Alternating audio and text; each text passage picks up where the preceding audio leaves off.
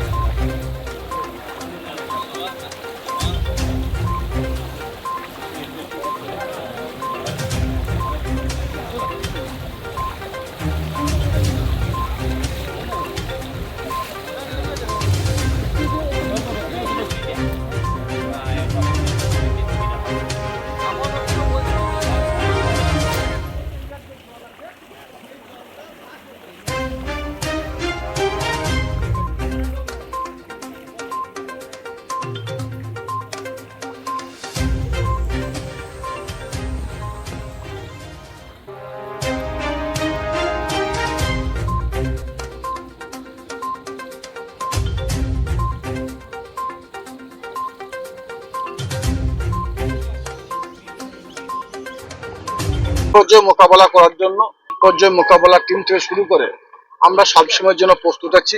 আপনারা দেখলেন এখানে বিডিও সাহেবও এখানে কন্টিনিউ ডিউটি করছেন। এখানে যদি সে ধরনের কোনো সমস্যার সম্মুখীন হয়, সঙ্গে সঙ্গে জেলা আধিকারিকদের জানাবেন এবং তৎক্ষণাৎ ব্যবস্থা নেওয়া হবে। যদিও আমরা আবহাওয়া দপ্তরের কাছে খবর পেয়েছি যে নিম্নচাপ একটু সরে গেছে, কয়েকদিন যে প্রবল বৃষ্টি হয়েছে সেই বৃষ্টিপাতের জন্যই এখানে আমাদের 5 ফিটের অন্যতম পীঠ সতীপীঠ কঙ্কালী পীঠে এখানে জলস্তর একটু উপর দিয়ে উঠে গেছে। কারণ জলটা ঠিকঠাক পাস না হওয়ার জন্যই এই ঘটনাটা ঘটেছে। যদিও যেখান থেকে জলটা আসে সেখানে গতকাল জলের যে পরিমাণ জল ছাড়া হয়েছিল 1100 কিউসিক মতো, আজকে সেটা কমে 3000-এর কাছাকাছি এসেছে। অর্থাৎ জল যেখান থেকে আসছে ঝাড়খণ্ড বা অন্যান্য রাজ্য থেকে, সেই জল আসার পরিমাণটাও কমে গেছে। আমাদের ড্যাম যেগুলো আছে সেই ড্যামগুলোতে সেভাবে জল ছাড়া হয়নি। স্বভাবতই বীরভূম জেলার মানুষকে আপনাদের মাধ্যমে এ বিষয়ে সুনিশ্চিত করতে চাই, আতঙ্কিত হবার কোনো কারণ নেই। এখন কোথাও কোনো এরিয়াতে আমাদের জলস্ফীতি সে জায়গায় ভয়ঙ্কর জায়গায় পৌঁছায়নি বা পৌঁছাবে না। আবহাওয়া দপ্তর রিপোর্ট অনুযায়ী যে নিম্নচাপ ছিল সেটাও সরে গেছে বা সরে যাচ্ছে। স্বভাবতই আপনারা আশ্বস্ত থাকতে পারেন বীরভূম জেলা প্রশাসনের প্রতি। আমরা ইরিগেশন ডিপার্টমেন্ট থেকে শুরু করে বীরভূম জেলা প্রশাসন থেকে শুরু করে পুলিশ প্রশাসন সকলেই আপনাদের পাশে ছিলাম, এখনো আছি এবং থাকবো। আমরা সব দিক দিয়ে লক্ষ্য রাখছি, যদি কোনো এরিয়ায় এ ধরনের অবস্থার সৃষ্টি হয়, অসুবিধার সম্মুখীন হতে হয় এরিয়া মানুষকে, তার জন্য মোকাবেলা করতে বীরভূম জেলা প্রশাসন প্রস্তুত আছে। এখনো পর্যন্ত বীরভূম জেলার কোনো ক্ষয়ক্ষতির কোনো খবর আমাদের কাছে নেই। প্রবল বৃষ্টিপাত হয়েছে, তার জন্য বীরভূম জেলা থেকে, জেলা প্রশাসনিক দপ্তর থেকে প্রত্যেকটি বিডিওদের মাধ্যমে আমরা তিরপলের ব্যবস্থা করেছি এবং যে বাড়িগুলো ভেঙেছে দু চারটে, যেগুলো মাটির বাড়ি, যেগুলো কেন্দ্র সরকার ইচ্ছা করলে মাটির বাড়ি থাকতো না, পাকা বাড়ি হয়ে যেত, আবাস যোজনা বাড়ি দেয়নি, বাংলাতে বা বীরভূম জেলাতে যে মাটির বাড়িগুলো আছে সেই বাড়িগুলো কিছু কিছু বাড়ি অবশ্যই ভেঙেছে। সেই বাড়িগুলোতে ত্রিপল দেওয়ার ব্যবস্থা অলরেডি আমরা করেছি।